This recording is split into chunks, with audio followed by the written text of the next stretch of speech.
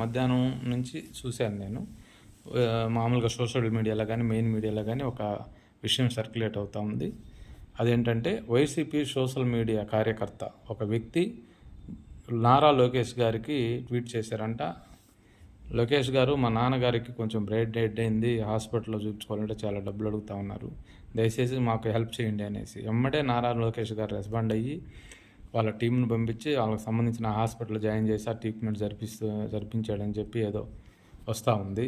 ఇదే గతంలో జగన్మోహన్ రెడ్డి గారు రోడ్డు వెంబట వెళ్తూ ఉంటే ఒక ఆవిడ వచ్చి, జగన్ గారు మా పాపకి క్యాన్సర్ అంటున్నారు, అమౌంట్ ఖర్చు అవుతుంది, మీరు ఏదన్నా హాస్పిటల్ చెప్తే వెళ్ళి చూపించుకుంటామంటే జగన్ గారు ఏమన్నారు అనే మాట ఒకసారి మీరు వినండి, ఈ వీడియో వినండి, తర్వాత మాట్లాడదాం. మేము జగన్మోహన్ రెడ్డి గారిని కలవడం జరిగింది. దానికి ముందుగా ఏం జరిగిందనంటే, మేము ఆ ఏటుకూరు బైపాస్ రోడ్ లో నుంచి వచ్చాక విఐపి రోడ్ లో జగన్మోహన్ రెడ్డి గారు ఎంటర్ అయ్యారు. ఎంటర్ అయ్యాక ఒక తల్లి ఒక చిన్న పాపని తీసుకుని వచ్చి, ఆ పాపకి క్యాన్సర్ వచ్చిందన్న, ట్రీట్మెంట్ కి డబ్బులు లేవు, మీరు ఏదన్నా హాస్పిటల్ చెప్తే మేము ఆ హాస్పిటల్ జాయిన్ చేసుకుని ఆ పిల్లని బతికించుకుంటామన్నా అని చెప్పి ప్రాధాయపడుతుంది. దానికి జగన్మోహన్ రెడ్డి గారుండి, తల్లి ఇది మన ప్రభుత్వం కాదమ్మా, ఇది మన ప్రభుత్వం కాదమ్మా, మన ప్రభుత్వం వచ్చాక చేపిద్దామా. జగన్మోహన్ రెడ్డి గారి గురించి మాట్లాడాలంటే మీరు ఇది విన్నాక నేనైతే చాలాసార్లు చెప్పున్నా, ఆయన సొంత డబ్బులు, ఆయన గతంలో ప్రతిపక్షంలో ఉన్నప్పుడు కానీ ఇప్పుడు కానీ ఆయన చేతి నుంచి సొంత డబ్బులతో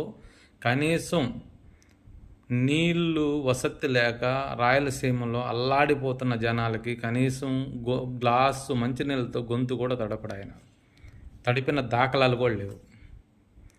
అలాంటి వ్యక్తి ప్రజలకు సహాయం చేస్తాడు అని అంటే ప్రజలు ఎలా నమ్ముతారో ఆయనే ఆలోచించుకోవాలి. ఆయన్ని ఇంకా ప్రజలు ఎప్పటికీ ఇంకా నమ్మే ప్రసక్తే లేదు.